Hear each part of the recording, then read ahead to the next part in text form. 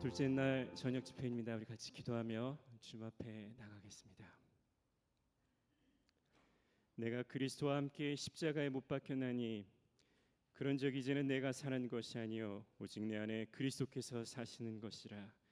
이제 내가 육체 가운데 사는 것은 나를 사랑하사 나를 위하여 자기 자신을 버리신 하나님의 아들을 믿는 믿음 안에서 사는 것이라. I have been crucified with Christ, and I no longer live, but Christ lives in me. The life I now live in the body, I live by faith in the Son of God, who loved me and gave Himself for me. 주님, 오늘 둘째 날 저녁 집회 귀한 은혜의 자리로 불러주셔서 감사드립니다. 오늘도 계속되는 이 말씀을 통해 우리에게 복음의 은혜를 더 깊이 깨닫고 주님께 우리의 삶을 맡겨드리는 그 은혜를 우리 가운데 부어 주시옵소서. Dear Father, we thank you so much for gathering us together for this second evening service. Lord, we pray that you would continue to speak to us and draw us deeper into the power and grace of the precious gospel you have given us through our Lord Jesus Christ. Lord, through your word, touch our hearts, renew our hearts, and transform our hearts so that we may become more like Jesus and live our lives for the sake of the gospel. We now come into your presence in praise and worship. So please be the center of our gathering. We pray in Jesus' name. Amen. 할렐루야. 오늘 이 저녁에도 주님께서 우리에게 주시는 그 말씀의 은혜를 사모하며 우리의 마음을 주님께 온전히 열고 주 앞에 나갔으면 좋겠습니다. 주의 친절한 팔에 안기세 우리 주의 품에 안겨 주의 은혜를 바라보며 우리 주만 바라보며 같이 찬양하겠습니다. 주의 친절한 팔에 안기세 우리 마음이 평안하리. 항상 기쁘고 복이 되겠네. 영원하신 팔에 안기세 주의 팔에 깊으신 팔에 안기세 주의 팔에 영원하신 팔에 안기세. 날이 갈수록 주의 사랑이 두루 광명하게 비치고 전성 가는 길 편히 가리니 영원하신 팔에 안기세 주의 팔에 깊으신 팔에 안기세 주의 팔에 영원하신 팔에 안기세. 주의 보좌로 나갈 때에 기뻐 찬미 소리 외치고 겁과 두려움 없어지니 영원하신 팔에 안기세 주의 팔에 깊으신 팔에 안기세 주의 팔에 영원하신 팔에. 날이 갈수록 주의 사랑이 두루 광명하게 비치고 전성 가는 길 편히 가리니 영원하신 팔에 안기세 주의 팔에 깊으신 팔에 안기세 주의 팔 영원하신 팔에 안기세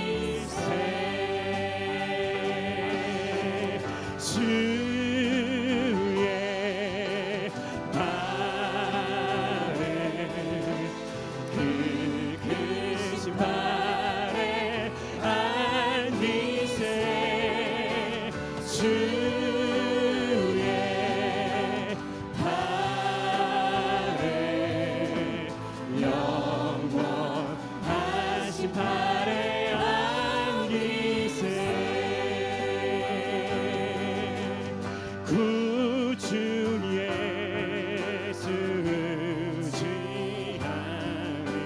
심히 기쁜 일세 영생 허락받았으니 의심할 수 없도다. 예수 믿는 것은 받은 증거만 도다. 예수 귀한 예수 믿음 너무 주소. 구주 예수 의지하니 심히 기쁜 일세 주를 믿는 나의 마음 그의 피에 적신 구주 예수 의지하여 죄악 벗어버리네. 안위 받고 영생하는 주께 모두 얻었네. 예수 믿는 것은 받은 증거만 도다. 예수 귀한 예수 믿음 너무 주소. 구주 예수 의지하여 구주 예수 의지하여 구원함을 얻었네. 영원 무궁 진화로로 함께 계시리로다. 예수 믿는 것은 받은 증거만 도다. 예수 귀한 예수 믿음 너무 주. 예수 믿는 것은 예수 믿는 것은 받은 증거만 도다. 예수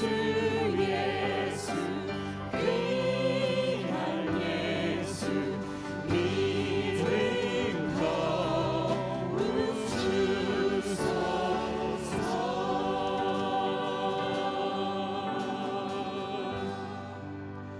아멘. 시작됐네. 우리 주님의 능력이 나의 삶을 다스리고 새롭게 하네. 자유하네.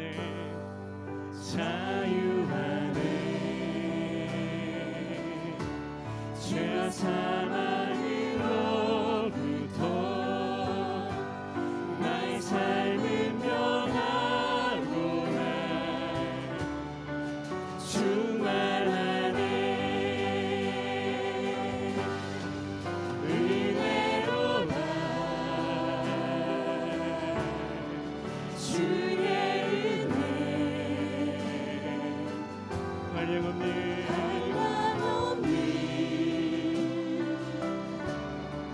주의 은혜 은혜로다 주의 은혜 변함없는 신실하신 주의 은혜 시작됐네 우리 주님의 능력이 나의 삶을 다스리고 새롭게 하네 자유하네 죄와 사망으로부터 나의 삶은 변화로나 충만하네 은혜로다 은혜로다 주의 은혜 한량없는 주의 은혜 은혜로다 주의 은혜 변함없는 신실하신 주의 은혜 은혜로다 은혜로다 주의 은혜 한량없는 주의 은혜 은혜로다 주의 은혜 변함없는 신실하신 주의 은혜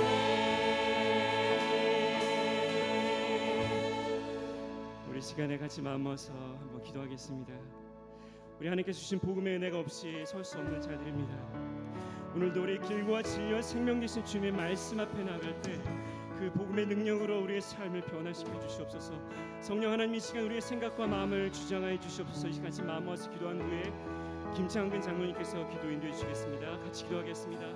하나님 감사드립니다. 귀한 부흥상이 허락하시고 오늘 둘째 날 저녁 집회 다시 한번 이 귀한 말씀의 은혜 이곳으로 하나님 불러주신 데 감사드립니다. 하나님 우리에게 부드러운 살과 같은 마음 목토와 같은 마음을 허락하여 주시옵소서. 주님 앞에 나아갑니다. 올바른 사슴과 같이 하나님의 말씀을 간절히 소망으로 주님을 간절히 소망으로 나아갈 수 있게 하여 주시옵소서. 하나님 복음이 없인 하루도 설 수 없습니다. 그 복음이 우리 DNA입니다. 하나님 복음이 우리 삶의 정체성입니다. 그 복음을 하나님 더 깊이 깨닫게 하시고 복음의 은혜를 깨닫고 그 복음을 위하여 우리 삶을 주 앞에 드릴 수 있기를 원합니다. 하나님 변화시켜 주시옵소서. 하나님 우리 삶의 주님을 높아지는 모든 것을 내려놓고 이 시간 우리를 위해서 십자가의 보혈의 그 은혜로 사는 우리 구원하신 주 앞에 나가 그 복음의 은혜를 깨닫고 하나님 앞에 예배하며 간절히 주 앞에 예배할 때 하나님 그 복음의 능력으로 하나님 우리의 마음을 변화시키고 우리의 삶을 변화시키고 우리의 가정을 변화시키고 우리를 새롭게 하여 주시옵소서. 하나님 한 사람도 나와 이삭하시고 정말 귀한 말씀의 은혜 가운데 있도록 주님 인도하시고 우리 권사원 목사님 지켜주시고 성령의 능력으로 하나님 붙잡아주시고 말씀을 전하실 때 그 말씀을 들으며 나아갈 때 하나님 이곳에서 귀한 말씀의 은혜가 넘치는 성령의 역사가 있는 귀한 시간 주님 인도하여 주시옵소서.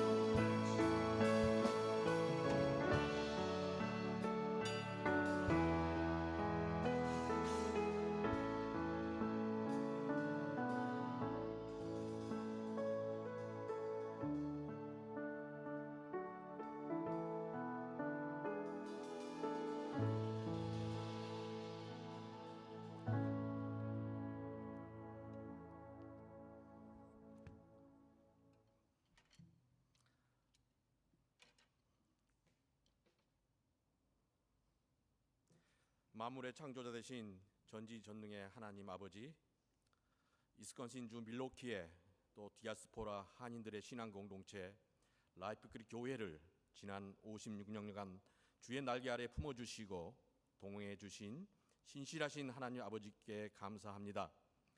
생명의 말씀과 영적 부흥을 갈망하는 성도들이 기도로 준비해온 부흥 사경회를 허락하여 주시고 파송하신 손상원 강사 목사님을 통해 선포되는 복음의 산 증인된 주의 종 사도 바울의 생생한 복음의 진리와 사역들을 듣고 또 깨닫게 하시니 이 모든 것 라이프 교회를 향한 하나님 아버지의 은혜요 사랑임을 고백합니다. 하나님 아버지, 진리의 복음이 선포되는 이 말씀 사경회 동안 하늘의 문을 여시고 이곳에 임재하셔서 손성한 목사님의 입술을 통해 선포되는 진리의 복음을 듣는 우리들의 심령에 찔림과 회개가 있게 하시고 회복의 기쁨이 충만케 하여 주옵소서. 이 진리의 복음 안에서 우리 모두가 예수 그리스도를 믿는 믿음의 지경이 깊고 넓고 높게 하여 주시기를 간절히 구합니다. 종말의 시대에 살아가는 우리들 복음의 진리로 온전히 무장하지 않고서는 세상의 풍조와 유혹에 결코 승리할 수 없음을 고백합니다.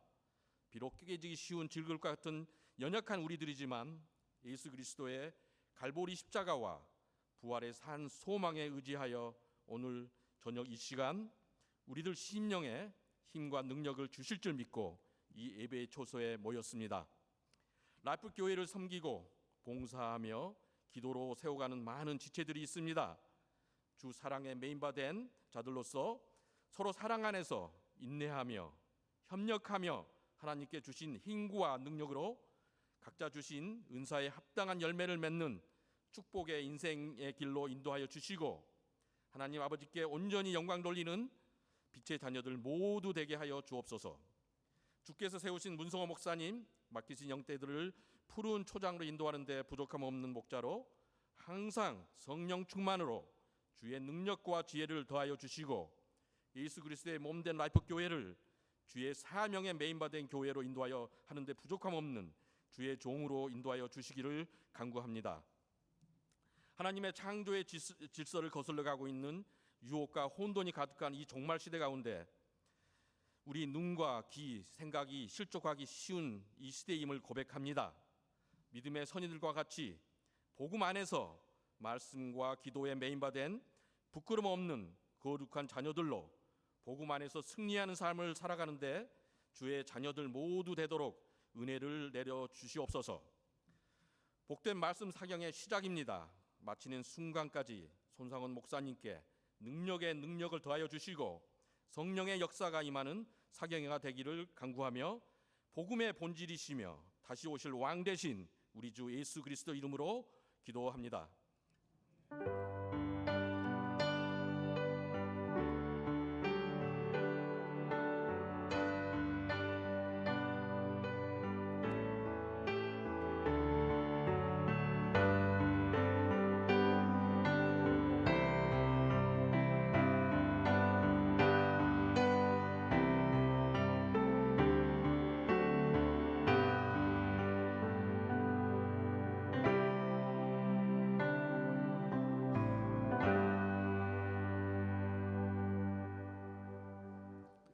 아멘.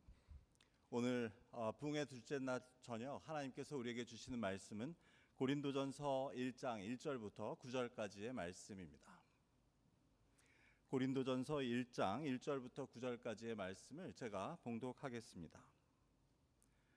하나님의 뜻을 따라 그리스도 예수의 사도로 부르심을 받은 바울과 형제 소스데네는 고린도에 있는 하나님의 교회 곧 그리스도 예수 안에서 거룩하여지고 성도라 부르심을 받은 자들과 또 각 처에서 우리의 주 곧 그들과 우리의 주 되신 예수 그리스도의 이름을 부르는 모든 자들에게 하나님 우리 아버지와 주 예수 그리스도로부터 은혜와 평강이 있기를 원하노라.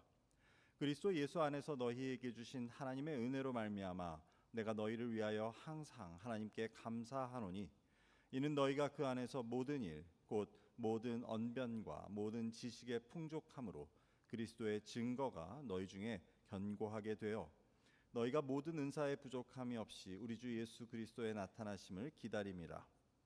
주께서 너희를 우리 주 예수 그리스도의 날에 책망할 것이 없는 자로 끝까지 견고하게 하시리라.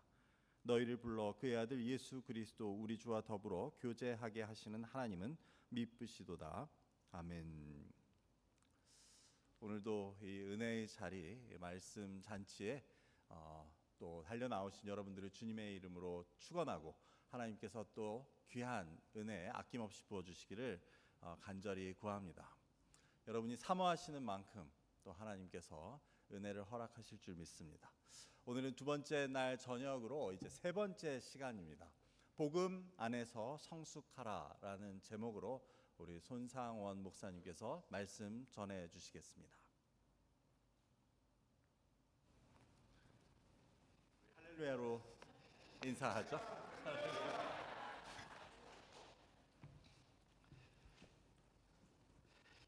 24시간 전까지 여기에 앉아 계신 분 중에 한 분도 제가 뵌 적이 없고 아는 분이 안 계셨습니다.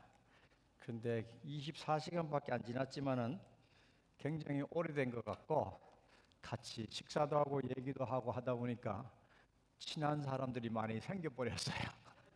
예, 그래서 어제보다 훨씬 더 덜 어색합니다. 감사합니다. 따뜻하게 맞아주셔서 감사합니다. 하나님 앞에 한 번만 더 기도드리겠습니다. 하나님, 오늘 또 주님께서 제 마음속에 올려놓아 주신 메시지를 전하기 위해서 이 자리에 섰습니다. 메신저가 부각되지 아니하고 메시지만 부각되게 도와주옵소서. 하나님이 준비한 그 메시지가 저의 마음에서 여기 앉아 계신 성도님들의 마음으로 잘 전달되게 하시고 그 메시지가 하나님이 주시는 귀한 메시지가 될 수 있도록 하나님 축복하여 주옵소서. 예수님 이름으로 감사하며 기도합니다. 아멘. 여러분, 지금까지 살아오면서 나와 아주 가까운 사람, 내가 참 많이 믿었던 사람, 그리고 내가 엄청 잘 해주었던 사람에게 배신을 당해본 적이 있습니까? 만약에 있다면 그때의 여러분의 심정이 어떠했습니까? 많이 섭섭하고 아팠을 겁니다. 나의 가슴에 못을 박을 수 있는 사람은 언제나 나 가까이 있는 사람입니다. 나와 멀리 있어서 나와 상관없는 사람이 내 가슴에 못을 박을 수는 없습니다. 그래서 나를 아프게 할 수 있는 사람, 나를 배신할 수 있는 사람, 이런 사람은 다 가까이 있는 친구일 수도 있고 형제일 수도 있고 배우자일 수도 있고 부모나 자식일 수도 있습니다. 더 가까이 있을수록 내가 마음을, 마이크가 시원찮죠? 그냥 포디움 있는 마이크로 전환하겠습니다. 어디까지 했죠? 처음부터 다시 해요. 더 가까이 있을수록 내가 마음을 더 많이 준 사람일수록 더 깊이 못을 박을 수 있습니다. 정도의 차이는 있겠지만은 우리 모두는 삶을 살아가면서 좀 어처구니 없는 일을 당할 때가 있습니다. 억울하게 오해를 받을 때도 있고 아주 믿었던 사람에게 배신을 당할 때도 있습니다. 내가 정말 희생적으로 도와준 사람에게 큰 손해를 입을 때도 있습니다. 이런 일은 교회 안에서도 생깁니다. 예수 믿는 사람들 사이에서도 생깁니다. 하나님의 일을 하면서도 생깁니다. 그래서 시험에 들고 하던 사역을 중단하기도 하고 교회를 옮기기도 합니다. 사도 바울도 사역을 하면서 많은 오해를 받았고 배신을 당했고 또 아픔을 겪었습니다. 복음을 거절하는 박해자들뿐만 아니라 때로는 함께 사역하는 믿음의 형제들, 동력자들에게 배신을 당하기도 했습니다. 정말 몸과 시간과 물질을 들여서 정말 희생적으로 섬기고 도와준 사람에게 감당할 수 없는 정말로 가슴 아픈 일을 당하기도 했습니다. 그의 겪은 그 아픔과 고통은 우리가 상상할 수 있는 그 이상입니다. 이러한 그 아픔이 바울 서신 곳곳에 나타나 있습니다. 슬라이드가 떨이라고 믿습니다만은 몇 구절만 한번 보시면은 여러분이 아무리 고통을 받고 아픔을 겪었다 할지라도 사도 바울이 고백하는 그 아픔만큼은 아닐 거라는 생각이 듭니다. 고린도전서 4장 9절에서 13절까지 내용입니다. 이렇게 나옵니다. 내가 생각하건대 하나님이 사도인 우리를 죽이기로 작정된 자 같이 끄트머리에 두셨음에 우리는 세계 곧 천사와 사람에게 구경거리가 되었노라. 우리는 그리스도 때문에 어리석으나 너희는 그리스도 안에서 지혜롭고 우리는 약하나 너희는 강하고 너희는 존귀하나 우리는 비천하며 바로 이 시간까지 우리가 줄이고 목마르며 헐벗고 매맞으며 정처가 없고 또 수고하여 친히 손으로 일을 하며 모욕을 당한 적 축복하고 박해를 받은 적 참고 비방을 받은 적 건면하니 우리가 지금까지 세상의 더러운 것과 만물의 찌꺼러기 같이 되었도다. 이 정도로 어려움을 겪어보지는 않으셨기를 바랍니다. 고린도후서 1장 8절에서 9절도 비슷한 내용이 나옵니다. 고린도후서 1장 8절에서 9절에 이렇게 기록되어 있습니다. 형제들아 우리가 아시아에서 당한 환난을 너희가 모르기를 원하지 아니하노니 힘에 겹도록 심한 고난을 당하여 살 소망까지 끊어지고 우리는 우리 자신이 사형 선고를 받은 줄 알았으니 이는 우리로 자기를 의지하지 말고 오직 죽은 자를 다시 살리시는 하나님만 의지하게 하심이라. 얼마나 힘들었으면은 사형 선고를 받은 것 같다 이렇게 표현을 했겠습니까? 자, 한 곳을 더 보도록 하겠습니다. 디모데후서가 되겠습니다. 디모데후서 4장 9절부터 보면은 9절에서 11절까지 너는 어서 속히 내게로 오라. 데마는 이 세상을 사랑하여 나를 버리고 이렇게 버리고 간 사람도 있어요. 같이 동력하고 일하던 데마가 이 세상을 사랑해서 믿음을 등지고 나를 버리고 데살로니가 갔고 그레스게는 갈라디아로 디도는 달마디아로 갔고 누가만 나와 함께 있느니라. 너가 올 때에 마가를 데리고 오라. 그가 나의 일에 유익하니라. 두기고는 에베소로 보내었노라. 너가 올 때에 내가 도로와 가보의 집에 둔 겉옷을 가지고 오고 또 책은 특별히 가죽 종이에 쓴 것을 가지고 오라. 14절 구리 세공업자 알렉산더가 나에게 해를 많이 입혔으며 주께서 그 행한 대로 그에게 갚으시리니 너도 그를 주의하라. 그가 우리 마을을 심히 대적하였느니라. 내가 처음 변명할 때에 나와 함께 한 자가 하나도 없고 나를 다 버렸으나 그들에게 허물을 돌리지 않기를 원하노라. 이렇게 사도 바울도 믿음 생활하고 선교하고 전도하면서 교회를 섬기는 가운데 박해자에게 핍박도 받았지만은 믿음의 형제들에게 본인이 정말 땀 흘리고 피 흘리고 눈물 흘리며 섬겼던 성도들에게 아픔을 당하기도 하고 함께 일을 했던 동력자가 바울을 배신하고 버리고 떠나는 경우도 있어서 정말 사형 선고를 받은 것 같은 그런 아픔을 느끼기도 하고 다 떠나고 누가만 나와 함께 있느니라 이런 고백할 때는 그 마음이 얼마나 씁쓸하고 아프고 외롭고 힘들었을까 생각이 듭니다. 그래서 첫날도 말씀드렸지만은 바울 서신은 다 선교와 목회 현장에서 나오는 하얀 종이에 검은 잉크로 쓴 편지들이 아니라 바울이 흘린 땀과 눈물과 피로 쓴 서신이라고 말씀을 드렸습니다. 이렇게 많은 사람들이 사도 바울에게 아픔을 주었지만 그 중에서 가장 아픔을 준 사람들은 고린도 교회의 성도들입니다.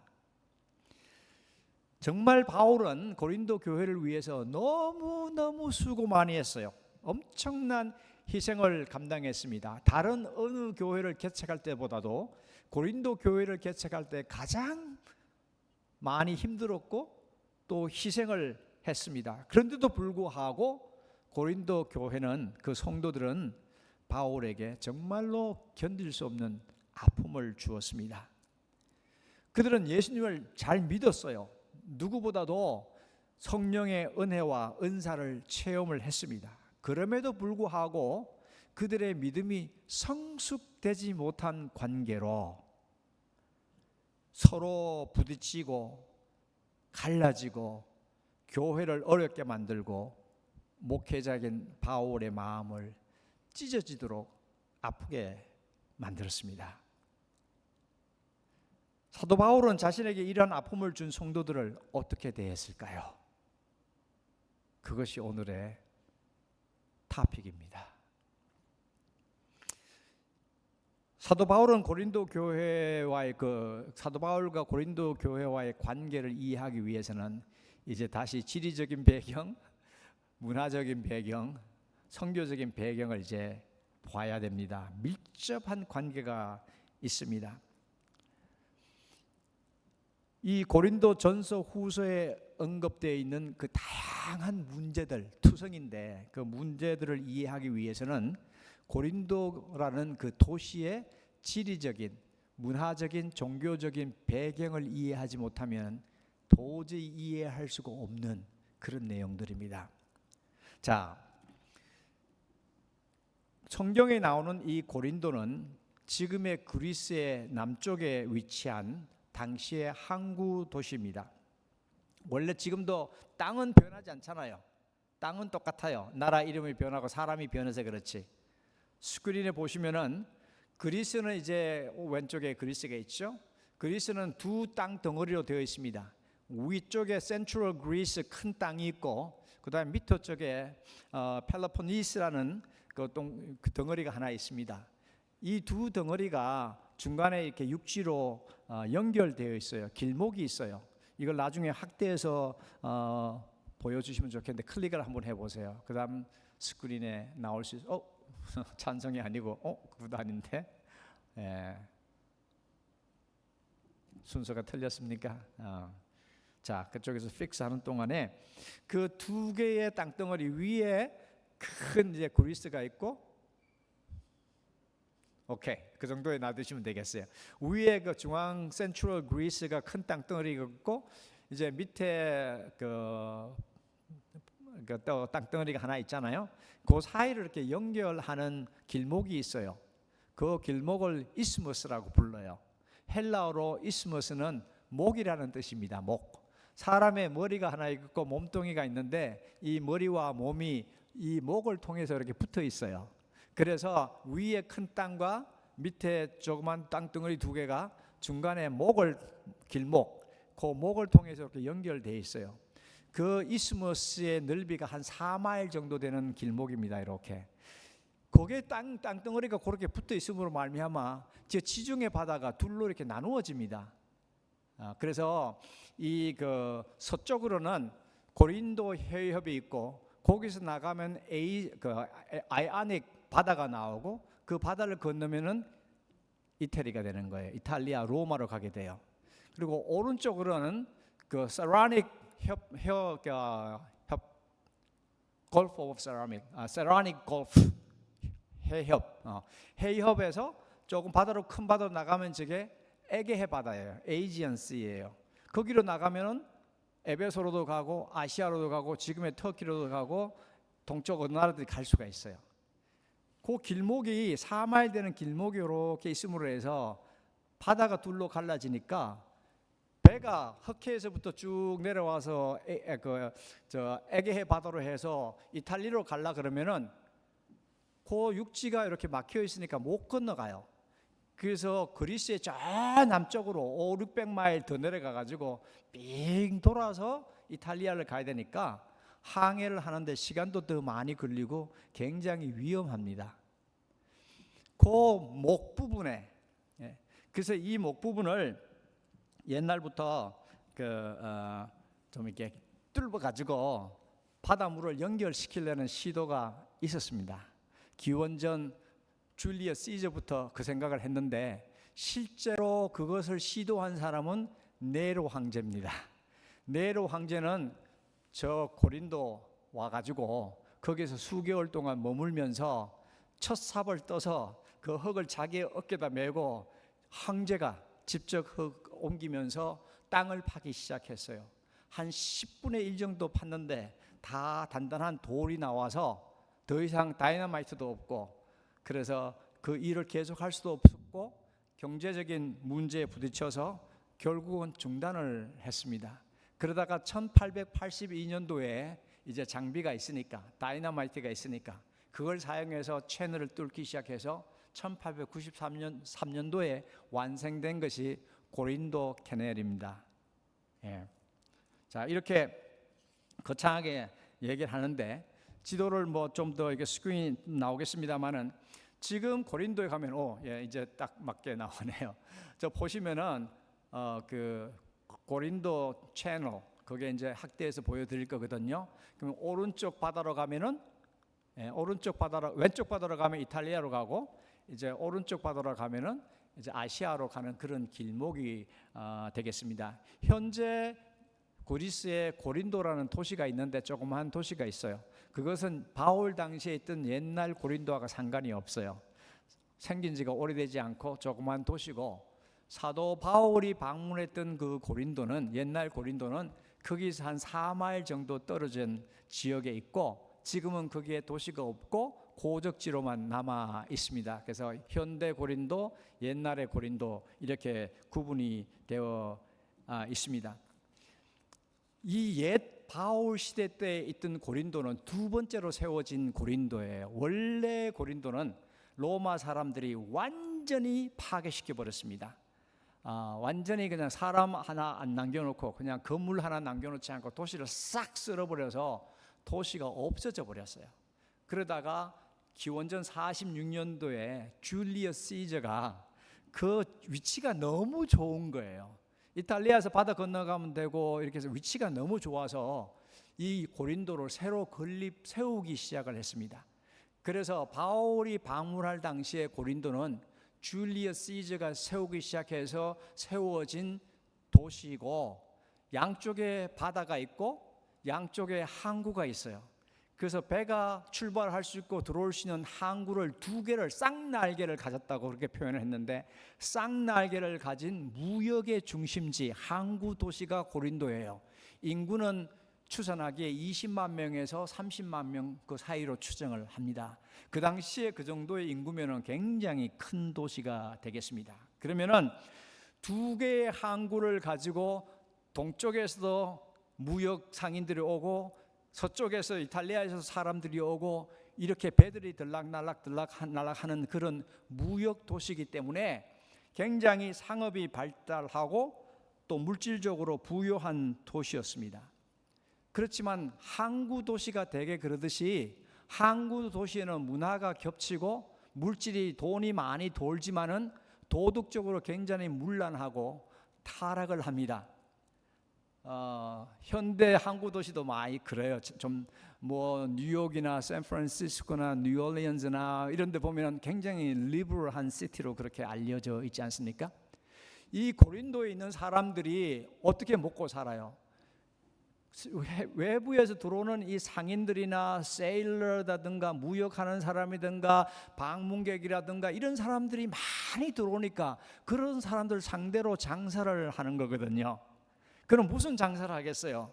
인터테인먼트 장사가 잘 되는 곳입니다. 생각해 보세요. 배를 타는 사람이 배를 타면은 몇 주일이 될 수도 있고 한 달이 될 수도 있고 바다에서 목숨 걸고 항해를 하는 겁니다. 그러면 가족들에게 빠이를 하고 자기가 배를 타면 살아서 돌아올지 모르는 거예요. 그리고 이 배를 타는 사람들은 젊은 남자들이란 말이에요. 그 남자들이 바다에서 육지 구경도 하지 못하고 바다에서 몇 주, 한 달 이렇게 있다가 드디어 고린도나 항구의 큰 도시에 딱 도착하면은 불이 휘황찬란한 그 도시에 도착하면은 완전히 go crazy 하는 거죠. 거기 이제 2주도 있고 3주도 있고 배가 떠날 때까지 이제 남아 있는 거예요. 그러면 그 시간에 뭘 하겠어요? 그동안 즐기지 못했던 모든 것들을 즐겨야 되는 겁니다. 먹고 마시고 막 이렇게 놀고 스트레스 확 풀고 또 이제 출발을 해야 되니까, 이런 사람들을 상대로 하는 도시다 보니까 거기에 있는 사람들은 돈을 버는 것이 가장 큰 목적이에요. 그 외부 온 사람들하고 인간관계를 형성하지 않아요.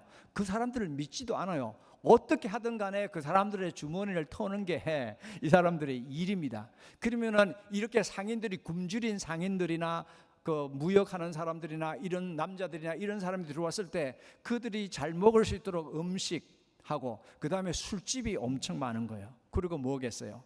prostitution. 그래서 고린도는 성적으로 굉장히 문란해서 소크라테스의 제자였던 에스토피는 단어를 하나 새로 만들었어요. 그 단어가 뭐냐면 Corinthianize 이렇게 얘기해요. Americanize 이렇게 하듯이 고린도화 됐다라는 그런 말을 처음으로 헬라어 단어를 만들었어요. Corinthianize. 그 말은 성적으로 문란하다, 타락했다, 그런 뜻이에요. 필라테로스라는 사람도 Corinthian man, 고린도 남자라는 말을 썼어요.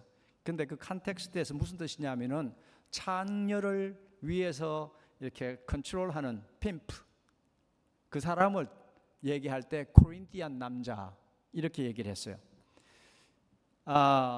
그 외에도 플라톤, 그 철학자 플라톤 아시죠? 그 사람은 Corinthian girl, 고린도 여자 이렇게 얘기하면 창녀를 지칭하는 말입니다. 그리고 여기는 술을 먹고 취한 사람들이 고린도에 너무 많았어요. 그래가지고 이 아덴에서 사람들이 이제 연극을 할 때 고린도 사람을 무대 위에 올려놔야 돼요.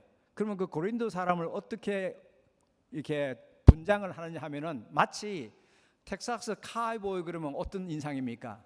모자를 하나 딱 쓰고요. 그 다음에 위에 셔츠를 입고 청바지를 입고 빅버클이 있는 벨트 하나 메고, 그 다음에 이게 뭐 목에 두르는 거 하나 하고 총 하나 타고 부츠 신고, 그죠? 그러면은 이게 카우보이 이렇게 딱 하잖아요.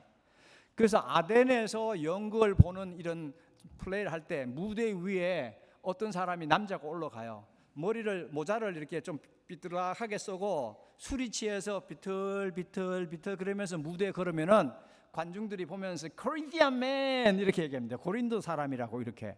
그만큼 고린도에는 술 취한 사람이 많이 있었습니다. 그리고 고린도는 거리마다 창녀가 있었고 prostitution이 있었고, 그래서 유명한 역사가의 플루타르크라는 사람은 이렇게 얘기했습니다. 고린도에 a great army of prostitutes, great army of 군대, 창녀의 군대가 있었다 이렇게 얘기할 정도로 그렇게 창기가 많았어요. 그러면 이런 사람들이 와서 거기서 자기 고향이 아닙니다.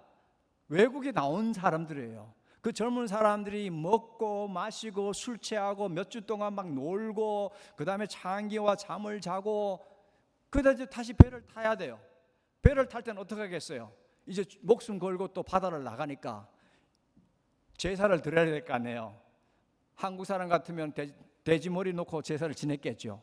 이 사람도 템플에 가가지고 바다의 신, 뭐 하늘의 신, 뭐 폭풍의 신, 바람의 신, 이런 신들에게 제물을 드리고 절하며 예배를 드리면서 항해 무사히 잘 할 수 있도록 신이여 도와주옵소서 그러고 간단 말이에요. 그래서 이 고린도에는 신이란 신은 다 있습니다. 신전이란 신전은 종류별로 다 있습니다. 자, 이게 고린도의 지리적인 상황 때문에 형성된 무역 도시로서 문화적인 그런 배경입니다. 이게 고린도 전서를 읽어보면 다 나오는 얘기예요. 자, 이런데 사도 바울이 이제 복음을 전하러 왔습니다. 2차 선교 여행을 할 때 드로에서 환상을 보고 유럽으로 처음 건너가서 빌립보에서 교회 세우고 쫓겨나서 데살로니가서 교회 세우고 거기서 쫓겨나서 베레아로 가고 베레아서 쫓겨나서 아덴으로 가고 아덴에서 바로 이제 고린도로 가서 이제 아굴라와 브리스길라 형제를 만나 가지고 같이 낮에는 텐트 만드는 일을 하고 그다음에 안식일 날 저녁으로 이렇게 복음을 전하게 되는 것이 바울이 고린도 교회를 개척하는 얘기입니다. 사도행전 18장부터 나오는 얘기입니다. 읽어보시면 그게 나와요. 그럼 바울이 고린도를 처음 왔어요. 왔는데 복음을 전해보니까 이 사람들이 복음을 안 받아들여요. 믿지를 않아요. 여러분 갈라디아에서는 복음을 전하니까 사람들이 그대로 받아들였어요. 순수하게. 빌립보에 가서 복음을 전하니까 루디아가 자기 집을 공개하면서 바로 교회가 세워졌어요. 데살로니가에서 복음을 전하니까 다 우상을 버리고 살아계신 하나님의 돌아온 놀라운 역사가 나서 데살로니가 교회가 모든 교회의 모범이 되는 정말로 부흥의 역사가 일어났어요. 베레아에서 복음을 전하니까 정말로 사람들이 신사같이 그런가 하여 성경을 따져보면서 예수를 믿는 사람이 생겼어요. 그래서 어디든지 몇 주 혹은 몇 달만 복음을 전하면 교회 개척이 되는 겁니다. 근데 고린도로 왔는데 이 고린도 사람들은 빤질해가지고 외부 사람을 믿질 않아요. 워낙 외부 사람들이 많이 들어오고 그 사람들의 주머니 터는 것이 목적이고 모든 것이 돈이에요. 그 사람이 좋아서 잘해주는 게 아니라 그 사람 비즈니스 하려고 하다 보니까 바울이 와서 복음을 전하니까 우리 신 잔뜩 있어. 헬라에 알려진 신은 다 있어요. 그리고 신전 종류별로 다 있어요. 그리고 철학, 바로 옆에 동네가 아덴이에요. 철학의 산지예요. 그러니까 바울이 와서 복음을 전하고 종교를 전하니까 뭐 다른 신도 한 명 추가하는가 보다 별 의미가 없어요. 그 사람들에게는. 그러면서 이 사람들이 다 저렇게 하는 것도 먹고 살려고 하는 거예요. 끝에 가면 돈 달라고 그래.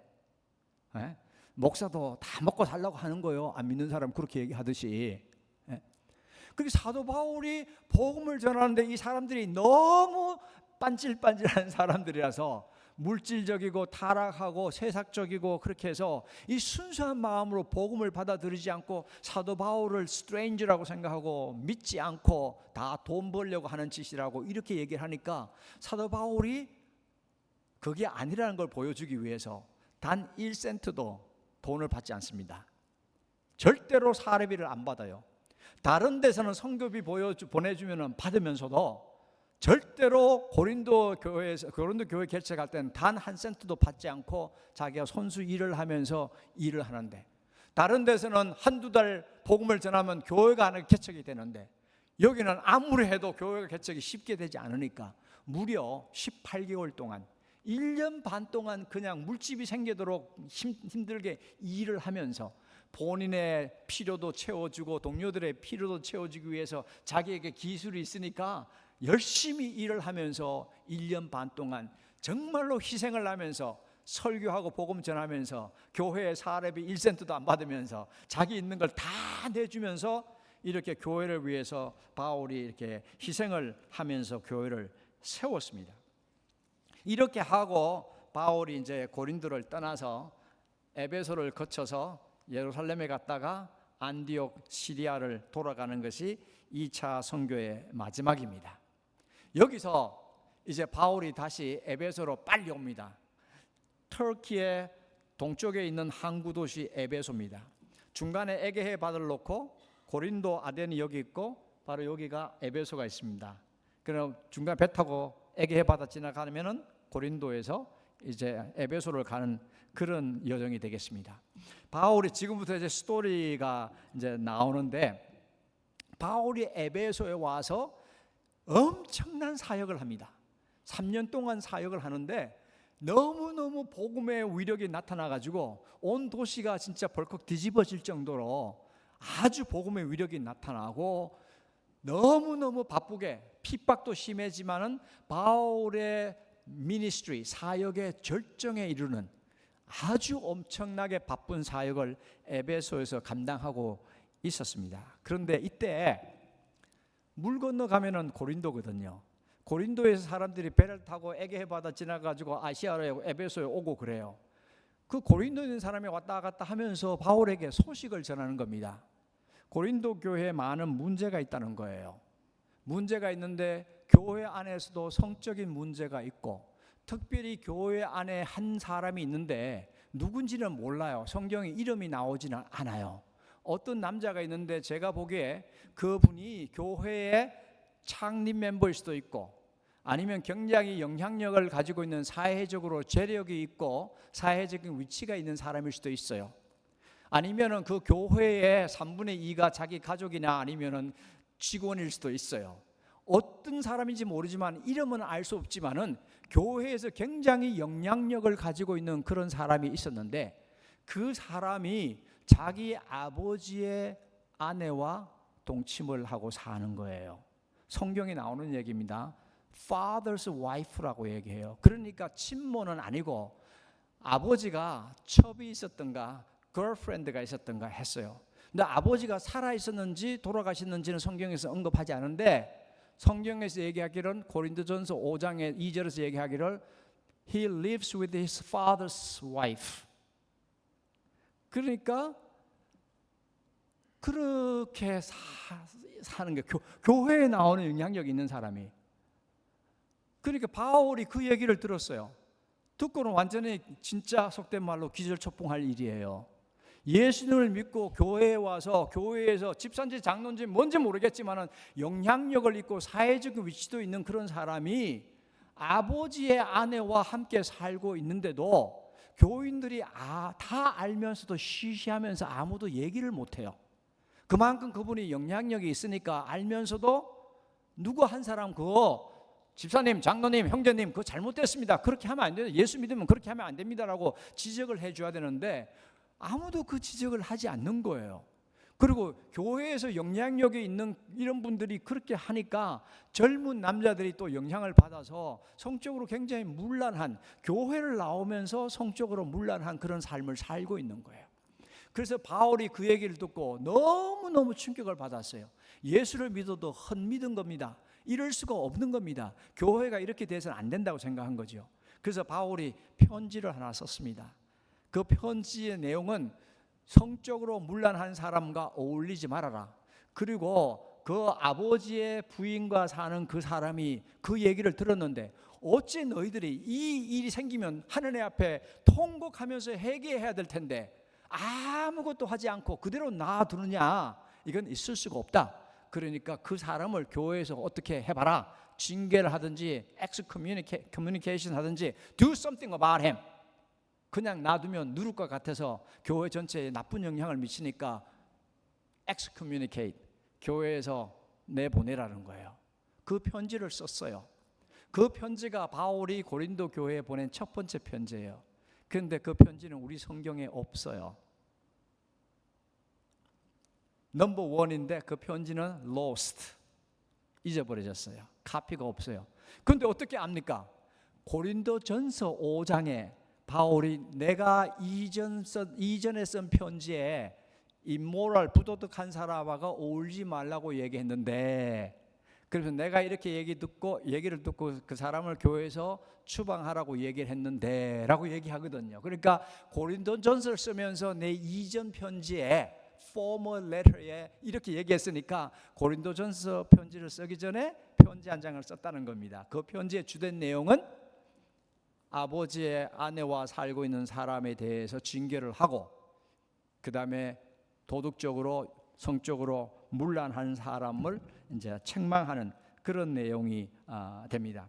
그러면은 이 사람이 분명히 그 편지를 받았어요. 그럼 편지를 받고 내가 잘못했구나, 회개하구나, 해야 되겠구나. 그러면은 문제가 간단히 끝나는데, 그분이 편지를 받고 제가 잘 모르지만 상상해 볼 때 열받은 것 같아요. 아니 바울 지가 뭔데 나한테 이래라 저래라 해? 왜냐하면 사회적으로도 영향이 있고 재력도 있고 이런 힘이 있는 사람이니까 바울 같은 텐트 맡는 사람이 와가지고, 그것도 유대인이 와가지고 나보고 이래라 저래라 개인 생활을 왜 간섭을 해? 이렇게 된 거겠죠. 그래서 전혀 회개하지 아니하고 자기 세력을 더 넓혀 나가는 상황이 돼버렸어요. 문제가 해결이 안 됐어요. 편지를 썼는데. 근데 조금 있으니까 또 고린도에서 사람들이 왔어요. 글로에의 가정에 속한 사람들이 물 건너서 에베소에 비즈니스 차 무슨 일이 있어 왔어요. 와가지고 사도 바울을 만나가지고 바울 선생님, 우리 고린도에 문제 너무 많아요. 너무 많아요. 무슨 문제가 그렇게 많습니까? 교회가 그냥 3분 4일로 갈라져 가지고요, 당파가 져 가지고요, 어느 집사파 어느 장로파, 그게 아니고 나는 베드로파, 나는 바울파, 나는 아볼로파, 나는 그리스도파, 그리고 교회가 이렇게 교인들이 네 갈래로 막 갈라져 있어요. 하나가 되지 못해요. 교회가 4분 5열이에요. 너무 힘들어요. 그 다음에 교회 내에서 성적으로 문란한 일이 너무 많아요. 그 다음에 5장에 얘기해요. 심지어 6장에 오니까 교인들끼리 소송이 벌어졌어요. 아마 개 모임을 했는지 뭔지 모르고 뭐 돈 떼먹고 도망간지 모르지만은 교인이 교인을 법정에 소송을 해버렸어. 여러분, 이 교회가 이 지역에서 교인끼리 싸워가지고 법정까지 싸움 가면 이 교회의 레pu테이션이 어떻게 되겠습니까? 하나님의 영광 가립니다. 교회에 나가는 사람들이 뭐 별것 없네, 굉장히 어려우시잖아요. 그래서 교인끼리 소송하는 문제가 생겼어요. 거기다가 고린도전서 6장에 보니까 형제가 예수를 믿고 의롭게 되었다는 사람이 교회에 출석하면서 창기와 합하는 거예요. 창기와 잠을 자는 거예요. 그러니까 바울이 그 얘기를 듣고 너희들이 창기와 연합하면 그와 한 몸이 되는 걸 알지 못하느냐, 그리스도와 연합하면 그와 한 영이 되나니 너희 몸은 너희 것이 너희 몸은 하나님의 성령이 거하는 하나님의 성전이라. 너희 몸은 너희 것이 아니니 하나님께서 값을 치르고 사신 바 되었기 때문에 너희 몸으로 하나님께 영광을 돌려라. 고린도전서 19장부터 나오는 얘기들이에요. 그러니까 이 젊은 사람들이 예수를 믿으면서도 그 신앙이 성숙되지 못해서 그리스도의 형상을 닮아가지 못해서 옛 습성대로 주일날 교회에 나오고 주중에는 또 창기와 어울리는 몸을 합하는 그런 문제가 생기는 거예요. 여러분, 이렇게 호모섹슈얼리티까지 이런 성적으로 문란하고 교회에 나온 사람이 그런 생활을 하면은 이 가정이 바로 서겠습니까? 안 서겠습니까? 이혼이 생기겠습니까? 안 생기겠습니까? 그래서 고린도전서 7장에 보면은 이혼 문제, 재혼 문제, 독신 문제, 이런 문제들을 계속 다루게 되는 거예요. 그래서 바울이 그 소식을 들었어요. 조금 지나고 나니까 교회 대표들이 와가지고 또 문제를 가지고 왔어요. 리스트를 만들어 가지고 왔어요. 그러면서 우리 교회에 이런 문제가 있는데 어떻게 하면 좋겠습니까? 그러면 지금까지 교회에 분열된 거, 그 다음에 성적인 문란한 거, 창기와 어울리는 거, 그 다음에 소송하는 문제, 7장에 오니까 이혼과 재혼과 독신 문제, 그 다음에 8장부터 11장까지 무슨 문제냐면은 우상에게 제물을 드리고 우상에게 드린 제물을 먹는 문제예요. 예수를 믿으면서도 옛날에 신전에 가가지고 이방 신에 드렸던 고기를 먹고 음식을 먹는데 이거 먹어도 되느냐 안 먹어도 되느냐, 그런 문제예요. 여러분 생각에 이거 별 문제 아닌 것 같지만은 여러분, 신전에서 예배만 드리는 게 아니에요. 여러분, 교회에서 예배만 드립니까? 교회에서 뭐 하세요? 누가 결혼식도 해, 장례식도 해, 무슨 해갑 잔치도 해, 뭐 별별 일을 많이 해요. 한글 학교도 해, 뭐 문화 행사도 해. 교회가 그냥 주일날 예배만 드리고 기도만 하는 곳이 아니에요. 각종 다양한 걸 한단 말이에요. 그러면은 고린도에 예수 안 믿던 사람들이 그 이방 신전에 다녔어요. 근데 어떤 사람이 예수를 믿게 됐어. 그때부터 이제 신전에 가면 안 돼. 이방 신을 섬기면 안 되니까 교회를 와. 그런데 자기 사촌이 결혼을 한대요. 결혼을 하는데 어디서 해? 교회에서 해. 이방 신전에서 해요. 그럼 나를 초대했어. 그럼 난 예수를 믿는데 내 사촌 결혼식은 아폴로 신전에서 하는 거예요. 그럼 내가 그 결혼식에 가야 돼요, 안 가야 돼요? 내 사촌이니까 가야 되지. 근데 그 장소가 이방 신전이에요. 거기서 결혼식 하면 어떻게 하겠어요? 이방 신에게 기도하고 그 다음에 음식 다 차려놓고 축복 기도하고 그 음식 먹을 거 아닙니까? 그러면 내가 예수를 믿는데 이방 신전에 가서 그 기도에 참석하고 그 음식을 먹으면 문제가 되겠어요, 안 되겠어요? 이런 질문이 생긴 거예요. 이게 심각한 질문. 이게 쭉 갑니다만은 생략하고 11장까지 그런 내용이 나와요. 12장에 가면은 12장부터 14장까지는 성령의 은사를 많이 받았어요. 별별 은사를 다 받았는데 그 은사를 잘못 활용해 가지고 교회에서 엄청 무리가 일어나는 그런 내용이에요. 15장에 가면은 이제 육체의 부활을 부인하는 사람들이에요. 육체는 악한 건데 육체의 부활을 부인하는 이런 문제들이 쭉 이제 생깁니다. 그래서 바울이 교회에 이런 문제가 있다는 것을 구두로도 듣고 문서로도 받아 듣고 그 문제 하나 둘 셋 넷 그 문제마다 해답을 주는 그 편지가 고린도전서입니다. 그러면은 이제 이전 편지가 있고 잊어버린 편지예요.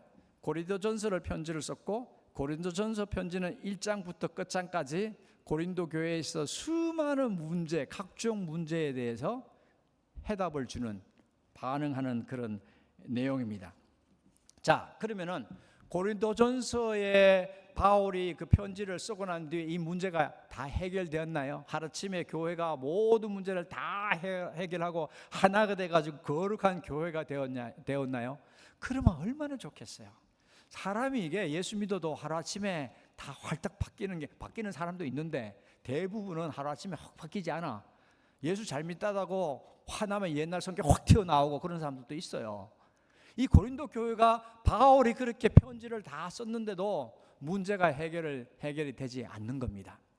특별히 아버지의 아내와 동침하고 있는 이 사람이 교회에서 굉장히 악한 영향을 미친 것 같아요. 그래서 바울이 하다 안 돼가지고 이게 편지로 될 문제가 아니구나. 내가 한번 가야 되겠구나. 설마 내가 가서 교회를 개척하고 침례 세례도 주고 이렇게 1년 반 동안 다 한 내 영적인 자녀들인데 내가 직접 가가지고 직접 대면하고 그 사람을 내가 대적하고 우리 성도들을 내가 껴안으면은 다 내 말을 듣고 바로 서겠지 하고 바울이 생각을 했어요. 엄청난 착각을 하신 거예요. 이 목사님이 엄청난 착각을 했어요. 에베소에서 북쪽 마게도니아로 고린도까지 가려면 1100마일입니다. 최소한 엄청난 거리예요. 그 거리를 걸어가려고 그러면은 얼마나 시간이 걸릴지 몰라요. 지금 에베소에서 엄청나게 사역을 잘하고 있거든요. 온 도시가 발칵 뒤집힐 정도로 폭동이 일어날 줄로 너무나 많은 사람들이 예수를 믿고 정말로 너무너무 바쁘게 목회의 절정을 이루고 있는 그런 상황인데 그걸 다 옆에 두고 고린도까지 갔다 오려면 몇 달이 걸릴 수가 있어요. 그 쉬운 일이 아니거든요. 그래도 고린도 교회를 생각해가지고 내가 직접 찾아가리라 그러고 바울이 가면서 교회를 들르면서 마게도니아로 이렇게 돌아서 갔던 것 같아요. 그런데 팍팍해서 죄송합니다만 이 발 빠른 사람들이 있거든요. 에베소에서 배를 타고 에게해 바다를 툭 건너서 고린도를 간 사람은 더 빠르게 간 거예요. 빠르게 가서 사람들에게 다 얘기를 해버려서 야 바울이 온대 이제 큰일 났어. 바울 선생님 지금 굉장히 열을 받아가지고 벌써 에베소 떠나셨어. 이제 마게도니아에 갔으니까 지금 빌립보나 데살로니가서 갔을 거야. 몇 주 있으면 여기 도착하실 거야. 오시면 그냥 안 두겠대. 이렇게 소식을 전했어요. 이 발 없는 말이 발보다 더 빨리 가는 겁니다. 그러니까 고린도 교회 사람들이 이제 긴장을 하기 시작하는. 누구가 긴장하겠어요? 문제를 일으키고 바울을 반대하는 사람들이 이제 긴장을 하는 거죠.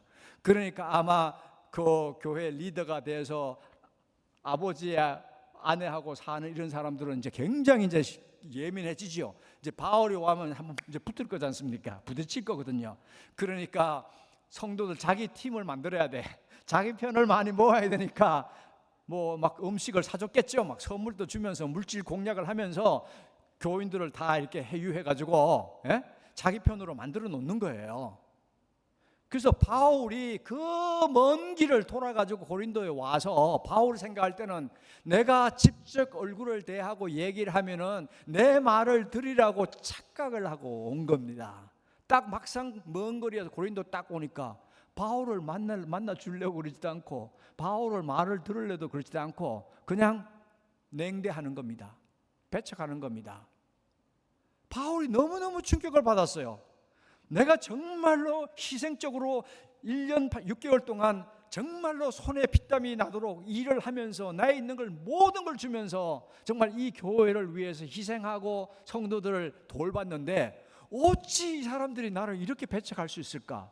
바울이 너무너무 배신감을 느끼고 가슴에 상처를 안고 너무너무 아픈 거예요. 너무나 믿었고 내가 너무나 잘했던 사람들에게 배신을 당하고 배척을 당하니까 그 감당할 수 없는 아픔이 바울에게 있어요. painful, very painful한 그런 아픔을 가지고 있어요. 그런데 바울이 할 수 있는 게 아무것도 없어요. 사람들이 들으려고 하지도 않고 만나려고 하지도 않고. 그래서 바울이 아무것도 못하고 다시 에베소까지 돌아가야 돼요. 고린도에서 북쪽으로 이제 데살로니가를 해서 빌립보로 해서 이제 에베소로 쭉 그 먼 거리를 돌아갑니다. 저는 그 장면을 종종 생각을 합니다. 제가 사도 바울을 좋아하게 된 이유가 성경을 많이 기록했고 또 많이 엄청난 많은 사역을 했기 때문에 좋아하기 시작한 거 아니에요. 바로 이 장면에서 바울을 좋아하기 시작한 나의 스토리입니다. 바울이 배척을 당하고 실망하고 가슴에 아픔을 가지고 돌아갈 때 그 마음이 어땠을까? 그 심정이 어땠을까?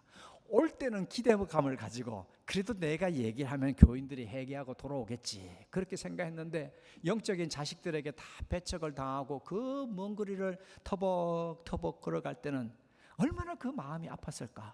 바울은 어떤 생각을 했을까? 내가 그 당시에 사도 바울일 때라면 어떤 생각을 하고 어떻게 했을까 생각을 해봤어요. 그럼 저는 이렇게 했을 것 같아요. 괘씸한 것들, 내가 저들을 위해서 어떻게 내가 했는데 나한테 이럴 수가 있어. 지금 바울이 너무너무 잘 되고 있어요. 에베소에서 미니스트리가 완전히 바울이 그냥 도시가 뒤집어질 정도로 엄청나게 미니스트리 잘하죠. 갈라디아에서 세우는 교회들 잘 성장하고 있죠. 빌립보 교회 얼마 되지 않은 교회가 막 선교 헌금 보내면서 너무너무 잘 되고 있죠. 데살로니가 교회도 너무너무 잘 되고 있죠. 이 교회들이 다 잘 돼. 너무너무 감사해요.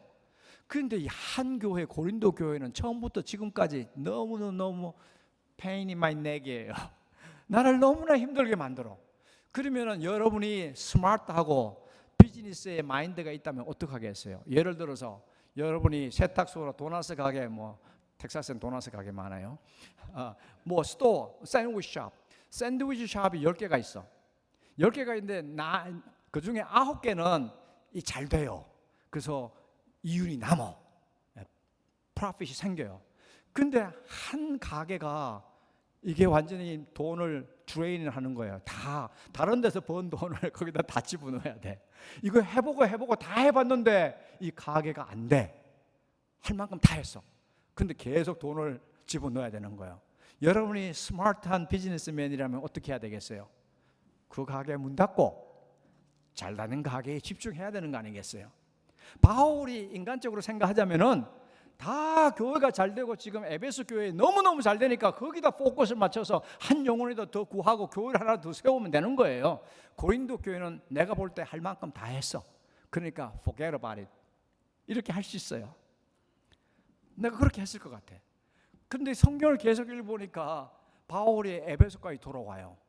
돌아와가지고 목회를 못해요. 집중을 못하는 거예요. 밤잠을 못 자요. 고린도 교회 교인들 생각하느라고. 너무 억울해서 그런 줄 알았어요. 너무너무 속상하고 너무 억울해서 잠을 못 자는 줄 알았어요. 근데 그게 아니야. 그 고린도 교회가 너무 아직도 안타까워요. 그 너무너무 안타까워서 에베소에서 사역을 집중을 못 해가지고 밤에 잠도 안 오고 편지 한 장을 더 썼어요.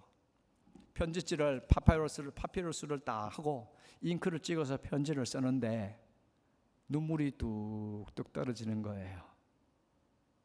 스미어 하는 겁니다. 그 편지를 썼어요. 그래서 제가 생각하기에 바울이 너무너무 속상해가지고 편지 한 장 썼구나. 그 편지 내용을 제가 추측을 했어요. 이렇게 썼을 것 같아. 너희들이 나한테 어떻게 이럴 수가 있냐. 내가 너희들을 위해서 어떻게 했는지 너희들이 다 아는데 나를 이렇게 배신할 수가 있냐. 내가 얼마나 바쁜 사람인데, 내가 얼마나 할 일이 많은 사람인데, 내가 1100마일을 가서 너희들까지 보려고 갔는데 너희들이 나를 이렇게 배척할 수가 있느냐. 그 아픈 마음을 표현하지 않았을까 그렇게 생각을 했어요. 근데 그거 어떻게 압니까? 제가 그런 내용을 성경에서 읽어본 적이 없는데요. 고린도 후서 2장을 읽어보세요. 내가 눈물로 썼다. I wrote this letter with many tears. 많은 눈물로 이 편지를 썼다고 얘기를 해요. 자, 저거 이제 고린도전서 2장 4절에 내 마음이 큰 눌림과 걱정이 있어 많은 눈물로 너에게 썼노니. 그 다음에 이제 스크린을 없애줘도 됩니다. 자, 편지를 써가지고 바울이 또 그걸 가져갈 수가 없잖아요. 그래갖고 그 형제 디도에게, 디도 형제 잠깐만 와보게. 자네 내가 고린도까지 갔다 온 거 알지? 그리고 고린도 교회에 무슨 일이 생겼는지 다 알잖아. 내가 지금 돌아와서도 마음이 안 놓이네. 내 사역에 집중할 수가 없네. 고린도 교회를 잊어버릴 수가 없네. 그래서 편지 한 장 썼네. 자네가 이 편지 가지고 고린도 좀 다시 한번 갔다 오게. 그게 1100마일이에요. 우리 목사님이 편지 하나를 써서 장로님, 내 편지 하나 썼는데 저 달라스에 있는 교회에 썼습니다. 이거 가지고 걸어가셔서 달라스까지 좀 갔다 오실래요? 이렇게 얘기하면은 아마 장로님들이 다 가실 것 같은데 이 디도가 두말하지 않고 그 편지를 가지고 지금의 터키 에베소에서 아소스를 거쳐서 북쪽으로 올라가서 두로아에서 배를 타고 마게도니아를 건너가서 데살로니가 지나서 쭉 아덴으로 가서 고린도까지 가는 겁니다. 편지 가지고. 그는 편지를 가지고 갔는데 바울이 에베소에 앉아서 계산을 하는 거예요. 지금쯤 걸어갔으면 두로아쯤 갔겠다. 지금 배를 탔으면 마게도니아쯤 지금쯤 갔겠네. 지금쯤 고린도에 도착했겠네. 도착했을 때 이 고린도 교인들이 우리 디도를 어떻게 대할까? 나를 대하듯이 아주 박대를 하고 디도에게 너무 어려움을 주고 마음에 상처를 주면 이 젊은 사역자가 엄청나게 상처를 받을 텐데 혹시 잘못하면 어떡하지? 막 걱정이 돼. 사람을 보내놓고도 너무 걱정이 돼요. 고린도 교인들이 어떻게 반응을 보일까? 그럼 또 머리에 앉아서 계산하는 거예요. 지금쯤은 디도가 돌아올 때가 됐는데 오고 있겠다. 지금 마게도니아까지 왔겠네. 빌립보까지 왔겠네. 그럼 도로아까지 왔겠는데 지금쯤은 와야 되는데 왜 디도가 안 와? 바울 머릿속에 계산해서는 분명히 디도가 지금쯤은 고린도 갔다 돌아와야 되는데 그렇다고 전화도 없고 이메일도 없으니까 체크를 할 수 있는 방법이 없잖아요. 근데 디도가 날짜가 됐는데도 안 돌아오래요. 그러니까 이제 걱정이 되는 거죠. 이게 여행 가다 무슨 사고가 생겼나? 산적을 만났나?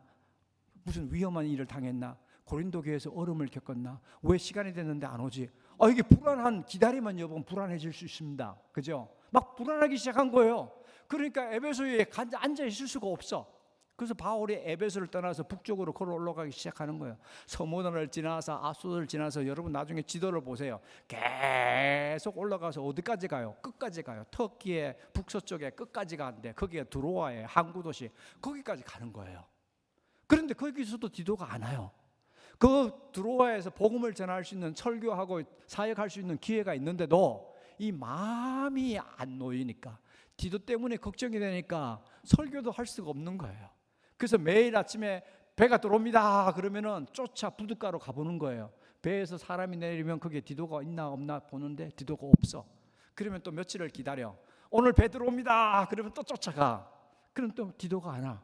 야, 이거 우리 디도 형제한테 큰 문제가 생겼다 보다. 막 이제 걱정이 되는 거예요. 그래서 바울이 배를 타고 유럽으로 건너가요. 마게도니아로 건너가요. 빌립보까지 갔는지 데살로니가까지 가지 못 건너는데 거기까지 갔는데 디도를 만났어요. 딱 중간에서 그리스에서 고린도에서 딱 올라오고 에베소에 와서 지금의 그리스의 북쪽 데살로니가 쪽에서 둘이 만난 거예요. 만났는데 바울이 디도를 만나니까 디도가 좋은 소식을 가져왔어요. Good news. 그 소식을 가졌는데 고린도 교인들이 드디어 자기들이 잘못한 것을 해결을 했어요. 바울에게 잘못한 걸 해결하고 그 다음에 교인들이 투표를 했어요. 다수결 투표를 해가지고 그 문제를 익힌 사람을 교회에서 엑스커뮤니케 추방을 했어요. 그리고 이제 고린도 교인들이 우리 사도 바울 스님 다시 한번 보기를 원합니다. 이제 사모합니다. 이렇게 교인들이 다 돌아왔다는 거예요. 그러니까 바울이 그 얘기를 듣고 진짜 10년 묵은 체정이 한꺼번에 그냥 없어지니 너무 하나님께 감사한 거예요. 사형을 선고를 받은 것이 너무나 힘들었는데 마지막에 하나님께서 문제를 해결하심으로 승리를 주심으로 위로를 주신 거예요. 그래서 편지를 또 씁니다. 이 내용은 고린도 후서 2장과 7장을 읽어보면 디도가 돌아온 얘기 자세하게 기록이 되어 있어요. 고린도 후서 7장에. 그래서 고린도 후서를 씁니다. 왜? 디도가 가져온 좋은 소식 때문에 이 편지를 쓰는 거예요.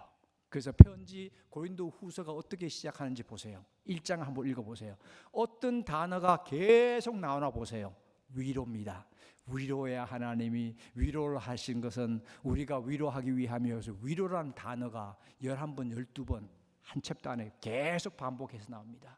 너무나 아팠는데, 너무나 상처가 컸는데 하나님께서 마지막에 자기를 너무나 위로를 해주셔서 정말로 어려움을 겪는 사람을 이해할 수 있고 그 사람을 위로할 수 있도록 했다는 얘기예요. 그게 고린도 후서입니다.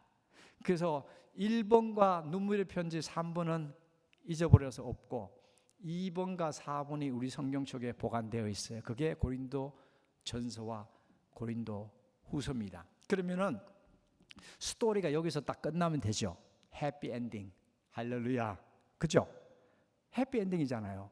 여기서 딱 끝내야 돼요. 근데 스토리가 거기서 끝나지 않는 거예요. 뭐냐면 고린도 후서에 보면은 고린도 후서 2장에 바울이 고린도 교회에다가 얘기합니다. 너희들이 참 잘했다. 나도 너희들을 보고 싶다. 내가 또 꼭 한 번 더 가기를 원한다. 막 이렇게 좋은 얘기들이 나와요. 그러면서 뭐라 그러면 하면은 성경을 아마 슬라이드가 있을 수도 있어요. 성경 읽는 게 더 나을 것 같습니다. 슬라이드 몇 번이냐 하면은 36번이에요. 센스 있으신데? 고린도 후서 2장 7절에서 11절 보면 이렇게 얘기합니다. 이게 제 머리를 빵 친 거예요. 해피 엔딩에서 그냥 거기서 끝났어야 돼요. 왜? 바울을 반대하던 사람이 교회에서 추방됐으니까 할렐루야. 가시 같은 사람이 빠져나갔으면 목사가 얼마나 기분 좋겠어요. 그죠? 이제 그냥 다 해결됐다고 생각하는데 바울이 뭐라 그러나 보세요. 고린도 교회에다가 이렇게 얘기합니다. 너희는 차라리 그를 용서하고 위로할 것이니 그가 너무 많은 근심에 잠길까 두려워하노라. 그러므로 너희를 권하느니 사랑을 그들에게 나타내라. 너희가 무슨 일이든지 누구를 용서하면 I have already forgiven him. 나는 이미 그를 용서했다. 교회에서 문제를 일으키고 사도 바울에게 너무너무 아픔을 준 사람이에요. 그 사람이 교회에서 투표해서 교회에서 추방당했으면은 할렐루야, 이제 가시가 없어졌으니까 마음 놓고 목회해도 되겠다, 그렇게 생각할 수도 있는 상황인데, 우리는 그렇게 생각할 수 있는데 사도 바울은 교회에다가 그 사람이 그런 일을 당했으면 얼마나 또 힘들겠느냐, 그 사람이 자기 잘못을 뉘우치고 있으면 그를 다시 용서하고 회복시킬 수 있으면 그를 회복시켜라. 너희들이 용서하면 나는 이미 그를 용서했다. 나에게 상처를 주고 나에게 아픔을 준 사람을 잊어버릴 수는 있어요. 더 이상 안 만나고 생각 안 하면 돼요. 그런데 그 사람을 다시 회복시키는 건, 관계를 다시 회복시키는 것은 이거는 쉽지 않은 겁니다. 여기에 우리 사도 바울의 신앙의 성숙도를 알 수가 있어요. 어떻게, 나는 못할 것 같았는데, 나는 고린도 교회 처음부터 그냥 forget about it 그랬을 것 같은데, 문제를 일으키던 사람이 교회에서 이제 쫓겨났으면 할렐루야 하나님 감사합니다, 문제 해결해 주셔서 할렐루야 주님, 이렇게 했을 것 같은데 어떻게 바울은 그 사람까지 품어 안으면서 이미 용서했다, 너희도 용서해라, 이렇게 얘기할 수 있을까? 그 이유는 바울 자신이 하나님의 은혜와 용서를 경험한 사람이기 때문이에요. 자기가 얼마나 교회를 박해하고 스데반을 돌에 맞아 죽게 만들고 죄인 중에 죄인이고 괴수였잖아요. 그 사람보다도 10배, 20배, 100배 더 안 좋은 사람이었어요. 그렇죠?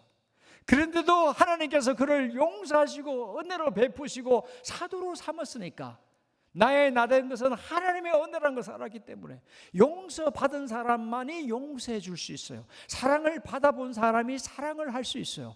바울은 하나님의 용서를 받아봤고 하나님의 은혜를 경험했기 때문에 자기에게 아픔을 준 사람을 용서할 수 있고 은혜를 베풀 수가 있었던 겁니다. 뿐만 아니라 사도 바울은 그리스도의 마음을 품었어요. 예수 그리스도가 십자가에 못 박히면서까지 저들의 죄를 용서하시옵소서라고 기도했어요. 바울이 돌을 던져서 스데반이 돌에 맞아서 죽어갈 때도 스데반이 저들의 죄를 저들에게 돌리지 마옵소서 기도했어요. 바울은 그 예수 그리스도의 마음, 자기의 박해를 받아서 순교한 스데반의 그 마지막 말이 머릿속에 남아있을 것입니다. 그러니까 그리스도의 마음으로 그를 용서할 수 있습니다. 그래서 고린도전서 2장 16절에 보면 누가 주의 마음을 알아서 주를 가르치겠느냐, 그러나 우리가 그리스도의 마음을 가졌느니라. 그 다음에 세 번째는 바울은 부모의 마음을 가졌습니다. 고린도전서 4장 14절과 15절에 보면은 내가 너희를 부끄럽게 하려고 이것을 쓰는 것이 아니라 오직 너희를 내 사랑하는 자녀같이 권하려 하는 것이라. 그리스도 안에서 1만 스승은 있으되 아버지는 많지 아니하니 그리스도 예수 안에서 내가 복음으로서 너희를 낳았기 때문에 내가 너희들의 영적인 아버지나. 아버지라면은, 아버지의 마음을 가지면은 자식을 용서하는 거예요. 고린도전서 3장 1절과 2절에 보니까 형제들아 내가 신령한 자들을 대함같이 너희에게 말할 수 없어서 육신에 속한 자 곧 그리스도 안에서 어린 아이들을 대함과 같이 하노니 내가 너희를 저주로 먹이고 밥으로 아니하노니 이는 너희가 아직 감당하지 못하였거니와 지금도 못하느니라. 아이를 양육하는 엄마의 마음, 자식을 낳은 아버지의 마음, 부모의 마음이 있기 때문에 목사도 할 수 없습니다. 장로님도 할 수 없습니다. 집사님도 할 수 없습니다. 근데 아버지, 부모는 할 수 있는 일이에요. 부모의 마음을 가졌기 때문입니다. 바울은 부모의 마음을 가진 목회자입니다. 제 가정사를 말씀을 좀 드려보려고 합니다. 저희 어머니는 삼남 2녀를 키우셨습니다. 제 위에 제 큰누님이 있고 두 형님이 있고 여동생이 있습니다. 시골에서 아주 가난하게 농사 조금 지으면서 힘들게 그렇게 사셨는데 참 성실하게 자식들을 위해서 희생하면서 그렇게 사신 훌륭하신 분이십니다. 저는 셋째 이제 아들입니다. 제일 위에 있는 제일 큰 형은 10살 차이고 둘째 형은 7살 차이고 그 중간에 누나가 있었는데 태어나자 곧 죽었대요. 근데 둘째 형이 젊었을 때 참 엄청 부모님 속을 너무너무 썩였습니다. 초등학교, 국민학교 중퇴하고 그냥 티네이저 때 집에서 도망 나가서 대구에 가서 그냥 엉망으로 이렇게 살았습니다. 사고도 치고 그러다가 돈이 떨어지면 집에 들어와요. 들어와서 저희 아버지에게 지게 막대기로 몇 대 맞고 또 한동안 잘 이렇게 말 잘 듣고 농사하는 일 잘 돕고 그렇게 했습니다. 근데 술만 먹으면은 완전히 딴 사람이 돼가지고 분간이 안 돼요. 분별이 안 되는 아주 그런 어려움이 있었어요. 그래서 일을 좀 있다가 어느 날 갑자기 보면은 저녁 시간이 됐는데 둘째 형이 집에 안 들어와요. 저는 이제 중학생 뭐 이럴 때니까 집에 안 들어와요. 그래서 엄마가 빨리 장롱 속에 가서 조금 모은 돈을 막 찾아봐요. 없어졌어요. 부모님이 조금 모아놓은 돈 아니면 돈 될 만한 고추라든가 뭐 이런 것들을 그냥 가져가가지고 도망가 버는 거예요. 그것을 한두 번 하는 게 아니라 돈 떨어지면 들어오고 들어와서 또 좀 있다가 어느 날 갑자기 없어지면 또 돈 훔쳐가지고 도망가고 그런 걸 하는 거예요. 7살 위의 형이니까 그 당시에는 굉장히 이렇게 나이 차이가 많이 나서 저는 그 둘째 형이 참 미웠습니다. 그렇다고 싸울 수 있는 그런 나이 차이도 아니고 너무 속상했어요. 우리 부모님이 너무 가난하게 너무 힘들게 일하면서 저렇게 사는 특별히 저희 어머니에게 너무 아픔을 줬어요. 그래서 정말 둘째 형이 너무 싫었어요. 나한테 잘못한 것이 아니라 어떻게 어머니에게 저렇게 할 수 있나 싶어서 그 둘째 형이 너무 싫었어요. 그러나 어느 날 둘째 형이 또 돈을 훔쳐가지고 도망을 가서 소식이 없어요. 그 명절이 됐어요. 명절이 되면은 다 이렇게 형제들이 다 모이잖아요, 가족이.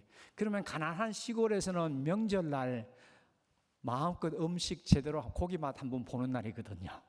1년에 한두 차례씩 정말 굶주렸다가 명절 되면은 그 중학교 나이는 어린 나이에 그때 고기도 맛보고 막 과일도 먹어보고 막 그러니까 굉장히 기대를 하는 그런 때였거든요. 그래 명절인데 형제들이 다 이렇게 집에 모였어요. 어머니가 음식을 준비해가지고 그 다음에 이제 상을 차려서 방 안에 이렇게 다 가지고 올라왔어요. 근데 둘째 형이 얼마 전에 돈 훔쳐서 이제 도망을 갔으니까 아직 돈이 안 떨어지고 양심이 있으니까 명절인데 집에 안 왔어요. 그럼 다 왔는데 우리 둘째 형만 안 온 거예요.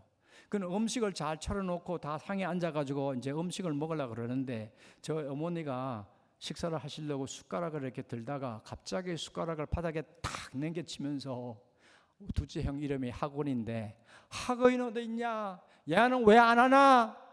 얘는 어디서 밥이나 먹나? 그러면서 엉엉 우시는 거예요, 어머님이 갑자기. 그러면 명절날 정말로 내 눈앞에 처음으로 고깃국이 있고 맛있는 음식이 있어서 기분 좋게 막 음식을 먹으려는 찰나에 어머니가 숟가락을 던지면서 엉엉 울면서 둘째 아들 찾고 있으니 이 기분이 확 잡치는 거예요. 너무너무 속상해요. 그래서 제가 화가 나가지고 엄마 우리는 뭐예요? 엄마가 그렇게 울면 우리 밥 어떻게 먹어요? 이렇게 제가 한마디 했어요. 중학교 때. 그러니까 그 어머님이 눈물이 글썽글썽 하면서 야 이놈아 네 5손가락 어느 손가락에 깨물어봐라. 안 아픈 손가락이 있나? 오 형제잖아요. 오 형제 네 손가락 5개 중에 깨물어봐라. 안 아픈 손가락이 있나? 저 둘째 형은 우리 어머니의 아픈 손가락이었어요. 동생은 이해 못합니다. 형제는 이해 못해요. 그렇게 하는 둘째 형이 용서가 안 되는 거예요.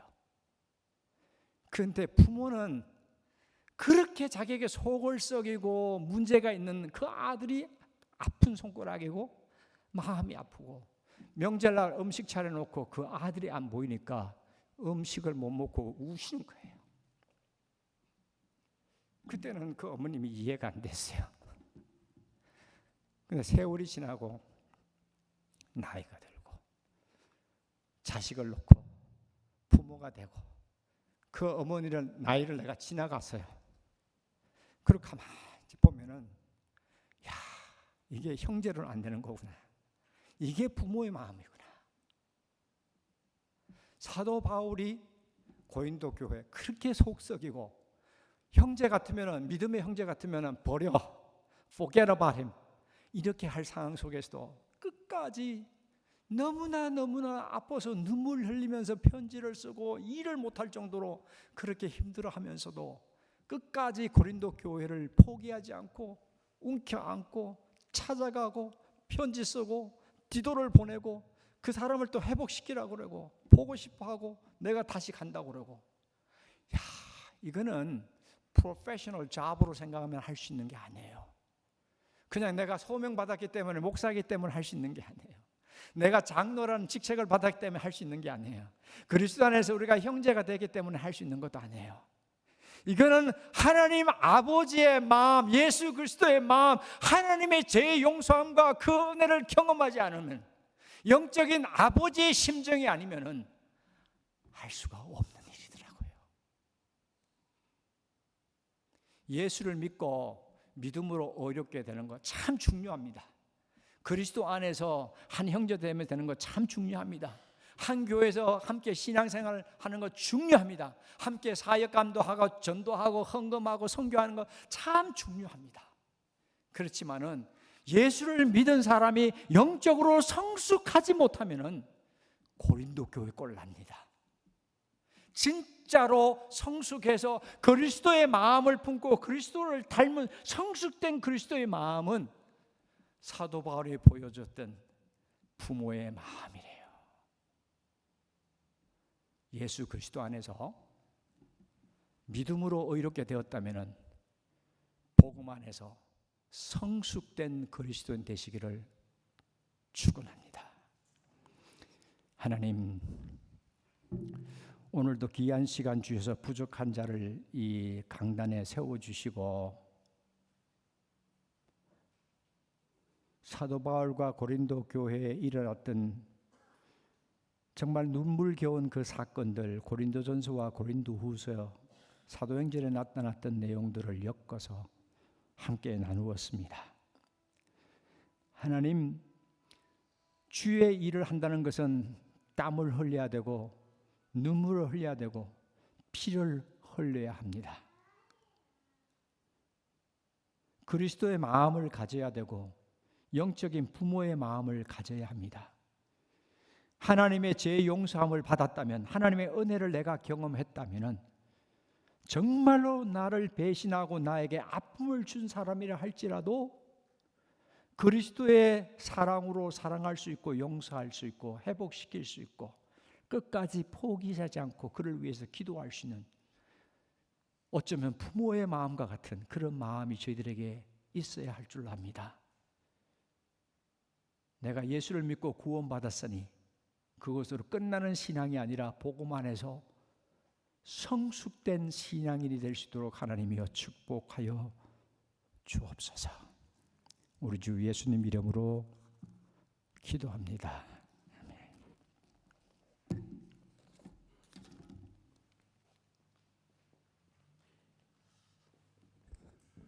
오늘도 하나님의 말씀 가운데 우리에게 또 귀한 은혜 허락하심을 감사합니다. 은혜라는 게 기쁜 것만은 아닌 것 같아요. 네, 그렇지 않으십니까? 네, 좀 어쨌든 또 귀한 찔림과 또 도전이 있었던 하나님의 말씀, 여러분들 모두 복음 안에서 성숙하신 또 그리스도인들이 되시길 주님의 이름으로 축원합니다. 모두 자리에서 일어나셔서 결단의 찬양하신 후에 손상원 목사님 축도로 오늘의 예배를 마치겠습니다.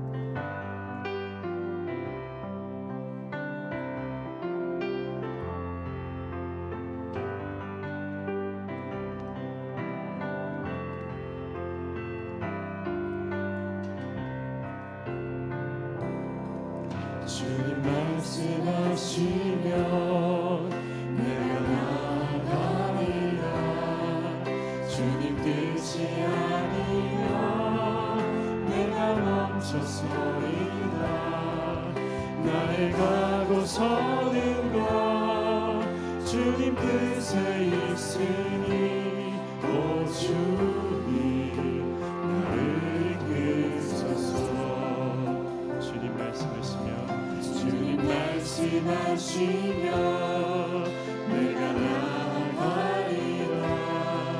주님 뜻이 아니면 내가 멈춰서리라. 나의 가고 서는 것 주님 뜻에 있으니 오 주님 나를 이끄소서. 뜻하신 그곳에 나 있기 원합니다. 이끄시는 대로 순종하며 살리니 연약한 내 영혼 통하여 일하소서. 주님 나라와 그 뜻을 위하여 뜻하신 그곳에 나 있기 원합니다.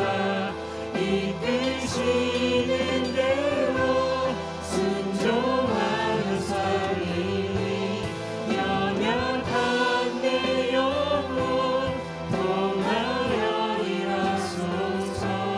주님 나라와 그 뜻을 위하여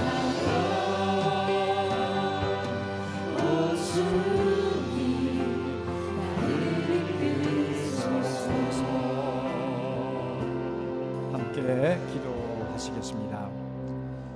오늘 저녁 이 예배를 통해서 영광을 받으신 지금부터는 우리 하나님 아버지의 극진하신 사랑하심과 아들 성자 예수 그리스도의 헤아릴 수 없는 엄청난 은혜와 우리와 함께 하시고 우리로 하여금 신앙이 성숙하도록 도와주시고 우리에게 힘주시는 성령님의 역사하심과 인도하심이 오늘 이 시간 내가 믿음으로 구원받은 것으로 끝이라 생각하지 아니하고 그리스도의 마음을 품고 신앙이 성숙한, 그래서 성숙한 교회가 되기를 원하는 이곳에 있는 모든 믿음의 권속들의 머리 위, 그리고 그들의 가정과 자녀들 하고 있는 일과 삶 속에 지금부터 영원토록 함께 없으기를 간절히 축원하옵나이다.